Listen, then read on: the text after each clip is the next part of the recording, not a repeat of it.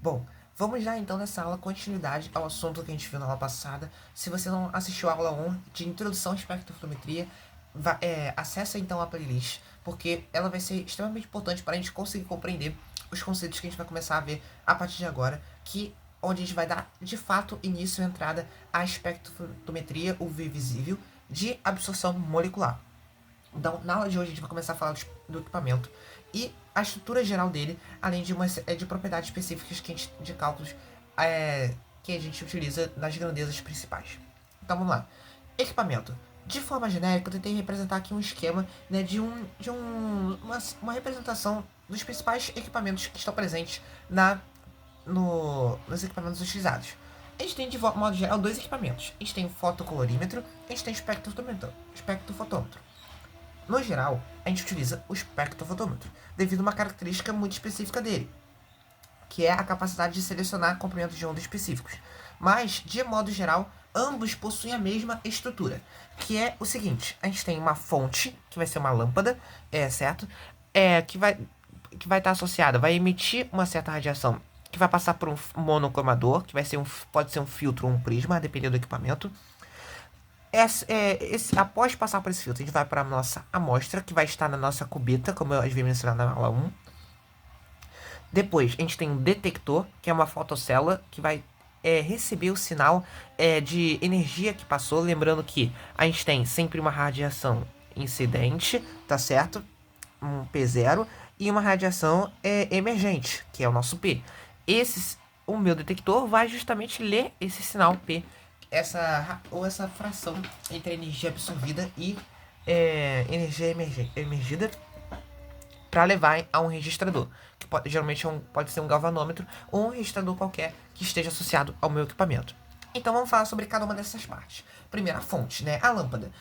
Existem diferentes lâmpadas. Elas vão estar justamente relacionadas com o comprimento de onda que eu estou realizando a minha análise. Então a gente pode ter de deutério, a gente pode ter de tungstênio e a de xenônio. A de xenônio é menos utilizada. As mais utilizadas são de deutério ou de tungstênio. A de deutério a gente sabe que é um isótopo de hidrogênio, né? E ela geralmente é utilizada para a região do ultravioleta. Já a de tungstênio, ela é mais utilizada para a região do visível e é composta por um metal do grupo 6. Então, a do xenônio, ela possui a característica de ser utilizada tanto para o infravermelho próximo, para o ultravioleta e para o visível. Né? Essa questão do infravermelho próximo eu não cheguei a comentar com vocês, mas está relacionada a diferentes formas de energia que a gente tem dada um comprimento de onda, né? Como eu disse, né? O meio dá um comprimento de onda diferente. Por isso que a gente tem as energias de rádio, as energia de micro-ondas, energia do infravermelho, ultravioleta, luz visível e etc. Só que eu não cheguei a comentar com vocês porque eu tô dando um foco mais à parte técnica. A parte mais focada da disciplina, essa parte mais de comprimento de onda, eu não vou chegar a dar porque é mais pro lado da física. Então eu vou seguir mais na parte do foco, que é a espectrofotometria. Então vamos lá. A xenônio, como eu havia dizendo, o xenônio é um gás nobre e ele é utilizado para essas três regiões possíveis. Porém, ele é menos utilizado até porque ele é mais caro e devido às suas características específicas de ser um gás nobre. O monocromador, né? Vamos para a segunda parte, né? O monocromador vai ser justamente a parte do equipamento que vai selecionar o comprimento de onda que vai incidir na amostra. Como eu disse, a gente precisa de energia específica. Para a gente poder absorver, a gente precisa de um comprimento de onda específico. A gente sempre, quando a gente vai monitorar o equipamento, a gente precisa de um comprimento de onda específico para realizar a nossa análise. Então, o monocromador é o responsável por selecionar o comprimento de onda. Pensa comigo. Quando a gente está lançando a luz visível, a luz branca, o branco a gente sabe que é a união entre todas as cores. Entre todas as cores do arco-íris. Sendo assim, a gente precisa de um comprimento de onda específico. Então, o monocromador vai ser responsável por selecionar, dentre todos esses comprimentos de onda que vão estar incidindo, eles vão selecionar apenas um único comprimento de onda, para que ele seja incidido na amostra. Se a gente está utilizando um fotocolorímetro, que ele é específico para o visível, o nosso monocurador vai ser o filtro. Esse filtro vai possuir uma cor que é justamente a cor mais absorvida. Mas e como que a gente vai saber qual é a cor mais absorvida? Isso é justamente uma propriedade fundamental que a gente vai falar daqui a pouco. Que é o quê? Dado uma cor que a gente tem da nossa amostra, né? Por exemplo, vamos dizer que uma amostra é azul. Apresenta uma coloração azul, por exemplo, uma solução de cobre. A cor mais absorvida pela essa solução de cobre vai ser a cor complementar ao azul. Perfeito? Então, essa é uma propriedade fundamental. Então, para isso, para escolher o filtro que a gente vai utilizar, a gente precisa saber qual é a cor complementar da nossa amostra. Então, essa vai ser a cor mais absorvida e vai ser a cor do nosso filtro. Então, ele é um equipamento simples, barato, porém ele possui baixa sensibilidade e baixa seletividade também no nosso equipamento, na nossa análise. Já o espectrofotômetro, o monocromador vai ser um prisma de quartzo. Esse prisma vai estar apoiado sobre uma base giratória que vai justamente responsável por ajustar o ângulo de incidência. Bom, só subir no papel para vocês acompanharem, né? O prisma ele vai ser apoiado por uma base giratória que vai ajustar o ângulo de incidência, ou seja, o ângulo que a radiação vai estar incidindo na minha amostra. Ou seja, pode estar assim dessa direção, porque eu posso dizer, a radiação vai estar sendo emitida para todos os ângulos possíveis. Então, essa base vai ser responsável para ajustar qual é o ângulo específico que eu quero que incida a minha amostra. Também para, por exemplo, a minha radiação não passar fora. Eu quero apenas que toda a radiação seja direcionada para a minha amostra. Então, essa fenda seletora, né, que é esse prisma, vai ser responsável por obter diferentes comprimentos de onda conforme a posição, gerando então um único para análise. A depender, ela vai controlar justamente esse ângulo de incidência. Perfeito? Então, essa é a função do nosso monocromador. Falando agora da cubeta, né? A cubeta pode ser de diferentes tamanhos. No geral, a gente pode ter de 1 centímetro, 5 centímetros, 10 centímetros. Tudo vai depender do equipamento. E ela é responsável por definir uma grandeza muito importante, que é o chamado caminho óptico. Caminho óptico, dado em centímetros, é justamente o tamanho, né? É responsável por a quantidade que tem que eu tô lendo. Então, isso vai ser importante para nossa fórmula, né, que a gente vai desenvolver daqui a pouco, que a gente vai entender, que é a lei de Lambert-Beer, que é responsável por definir a relação entre a absorvância e a concentração. Mais para frente vai falar sobre ela. Sendo assim, a gente tem específicas de acordo com o comprimento de onda. A gente tem para o visível e tem para o ultravioleta. Para o visível, geralmente a gente pode usar plástico acrílico, vidro ou quartzo. O ideal, geralmente, a gente utiliza a de vidro. A de quartzo, a gente geralmente deixa quando a gente está fazendo análise no UV, no ultravioleta. Então, essa é a diferença básica entre os dois.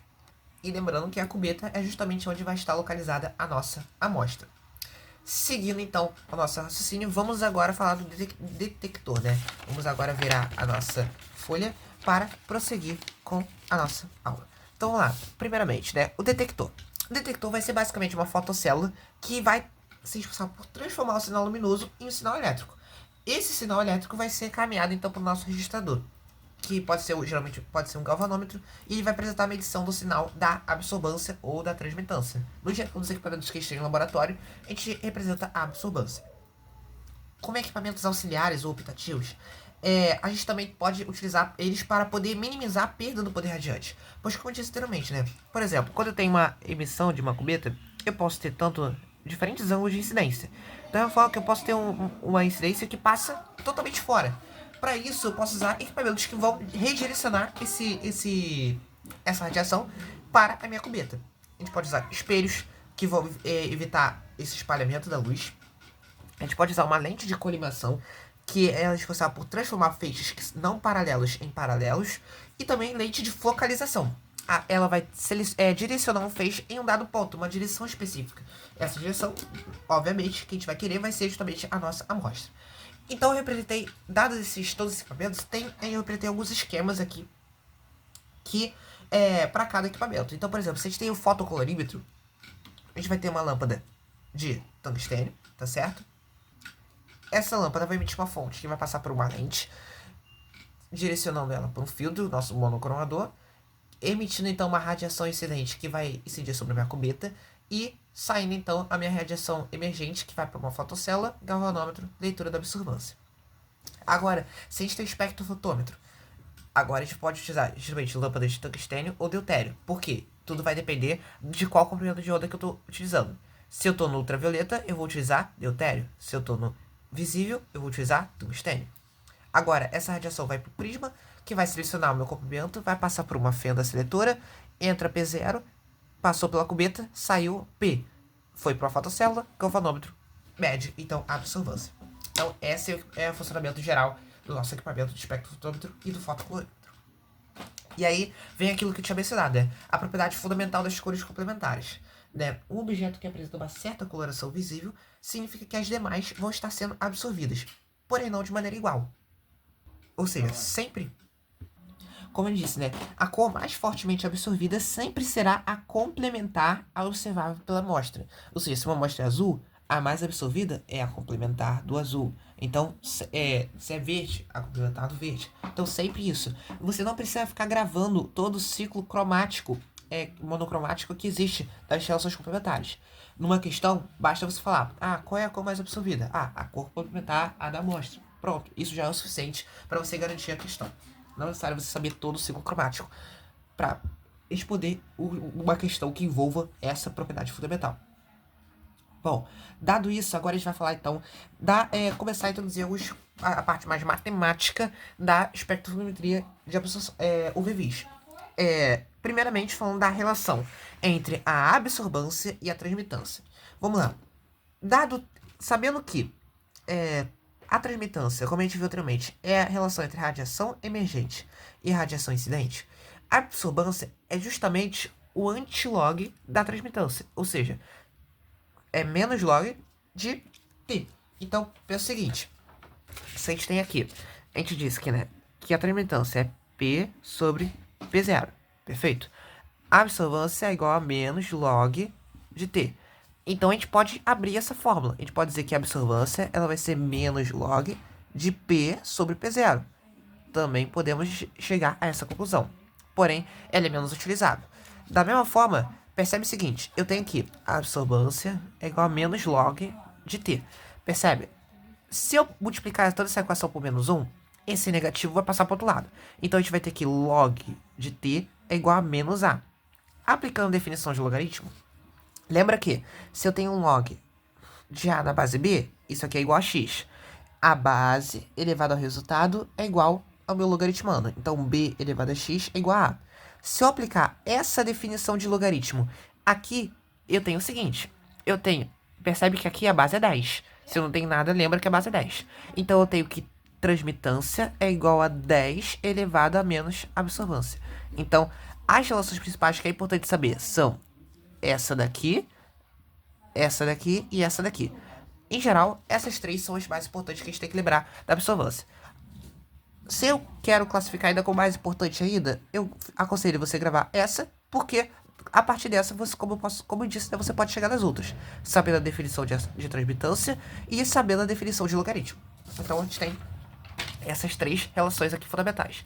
A absorvância é menos log da transmitância e transmitância é 10 elevado a menos absorvância. Basicamente isso que você precisa saber. Vamos lá. Agora, sabendo então a absorvância, a gente chega então na chamada lei de Lambert-Beer, que é formada por dois cientistas, eles desenvolveram a relação entre a absorvância e a concentração de uma amostra que eu estou analisando. Como que isso é possível? A partir do caminho óptico e de uma constante de proporcionalidade. Essa constante vai ser o que a gente vai chamar de absortividade. Então a gente percebe que aqui a gente pode representar de duas formas diferentes. A é igual a epsilon vezes B vezes a concentração molar. Percebe? O que é o epsilon? O epsilon vai ser a absortividade molar. Então a gente percebe aqui as unidades, né? O B, caminho óptico, em centímetros. Concentração molar, mol por litro. Absortividade molar, litro por mol centímetro. Então a gente percebe que, a partir dessa relação, se a gente multiplicar todas essas unidades, vou fazer isso com vocês. Percebe? Então vamos lá. A gente tem a absorvância igual a epsilon vezes B vezes a concentração molar. Se eu substituir agora pelas unidades, caminho óptico, sei que é centímetros. Aqui é mol por litro. Aqui vai ser litro por mol centímetro. Se eu multiplico todas essas unidades, percebe que eu posso cancelar. Eu cancelo centímetro com centímetro, litro com litro, mol com mol. Então, qual é a conclusão que chega? Que a absorvância, ela é adimensional. Ela não possui unidade. Então, essa aqui é a observação que eu destaquei aqui. A absorvância, ela não vai possuir unidade. Ela sempre é uma grandeza adimensional. Então, quando você for dar o resultado da absorvância em qualquer questão, nunca coloque unidade. Apenas o valor numérico dela. Além disso, a gente tem o seguinte. A absorvância, ela pode ser expressa dessa forma aqui, ABC. O que significa isso, né? A gente pode colocar o A O B continua sendo caminho óptico. O A, a gente vai chamar de absortividade específica. Ela tem diferentes unidades. A gente pode relacionar o A, a mais usual que a gente utiliza é quando a gente utiliza a concentração em grama por litro. Então, se a gente utilizar a unidade de grama por litro, a unidade da absortividade específica vai ser litro por grama centímetro.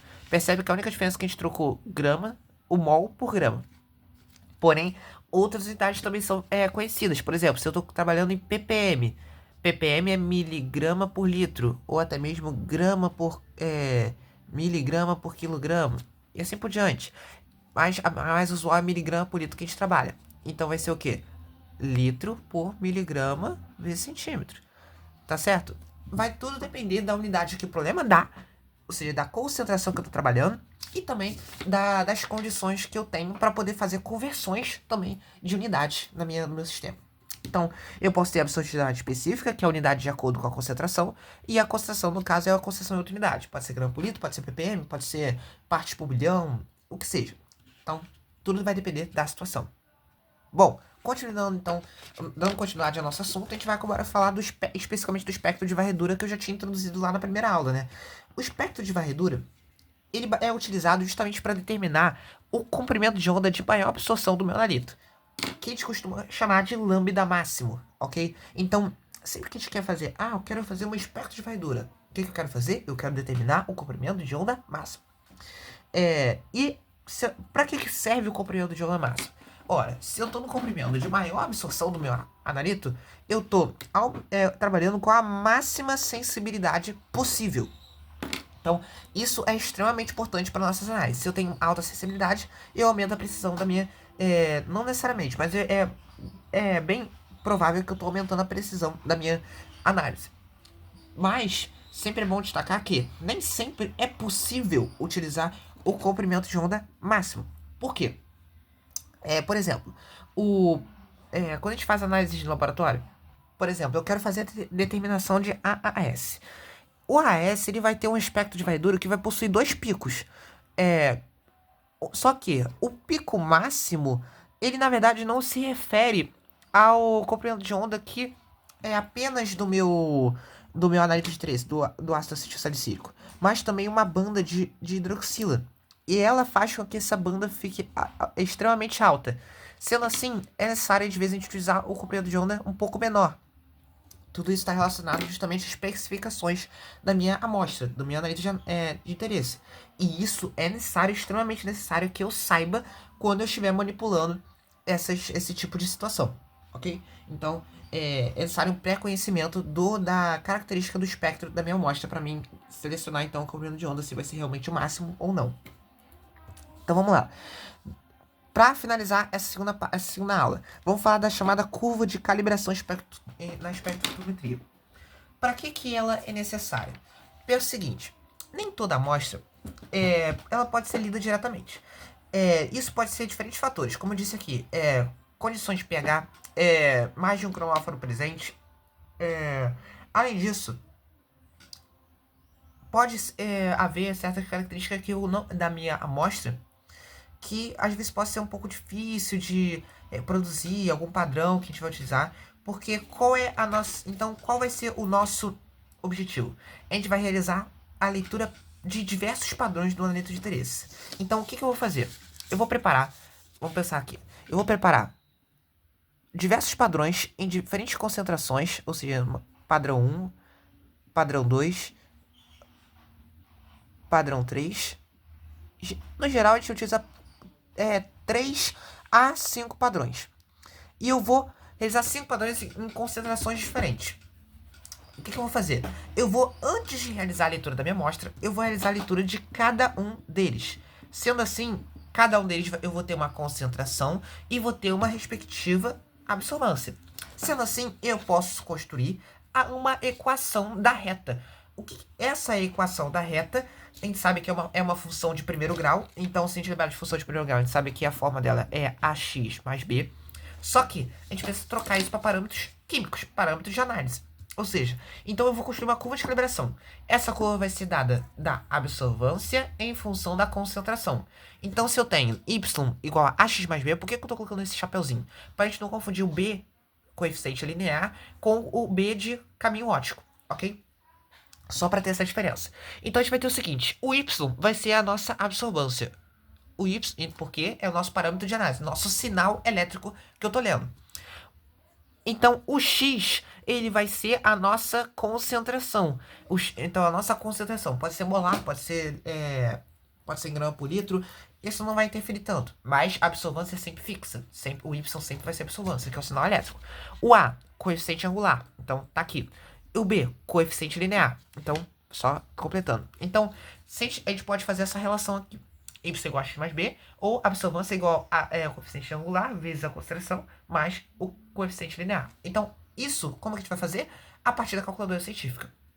Então, todos os parâmetros que a gente aprende lá em tratamento de dados e também que a gente aprende ao utilizar a calculadora científica vai ser necessário para a gente poder construir essa curva. Então, não basta apenas o sistema, porque a absortividade ela varia conforme a leitura. Então, conforme o comprimento de onda que eu tô lendo. Então isso também pode influenciar de uma análise de uma leitura para outra. E pra gente finalizar, antes da gente encerrar a aula, uma propriedade muito específica, que é quando a gente trabalhar com gráficos, né? Se a gente assumir um paralelo entre a lei de Lambert-Beer e a equação da reta, ou seja, se a gente pensar que essa equação da reta aqui que a gente montou, a gente associar com a equação da reta, porque se a absorvância é igual a isso e a absorvância também é igual a isso, a gente já pode associar que esse coeficiente angular é o mesmo daqui. Se a gente considerar que aqui fosse mais K, mais um coeficiente linear, perfeito? Esse aqui é o meu coeficiente angular, esse aqui é o meu coeficiente linear. Só que a lei de Lambert-Beer, o coeficiente linear é zero. Vamos considerar isso. Então, eu posso estabelecer uma relação, uma igualdade entre os coeficientes angulares. Eu posso dizer que o coeficiente angular, o A, é igual a epsilon vezes o caminho ótico. Sendo assim, eu posso calcular o epsilon a partir da minha equação da reta, ok? Basta eu saber o caminho ótico. Então, o epsilon vai ser o caminho ótico dividido pelo coeficiente angular da reta. Essa propriedade vai ser extremamente necessária quando eu tiver apenas posse do gráfico, ou apenas posse da equação da reta e de mais nada, e do caminho ótico. Então, às vezes, uma questão pode vir especificamente para você usar essa fórmula. Então, é importante saber. Bom, vou parar por aqui essa aula, para a aula não ficar muito grande. Na próxima aula, a gente vai falar sobre método de adição padrão, mistura de cromóforos e também sobre desvios da lei de Lambert-Beer. Te espero na próxima aula. Bons estudos!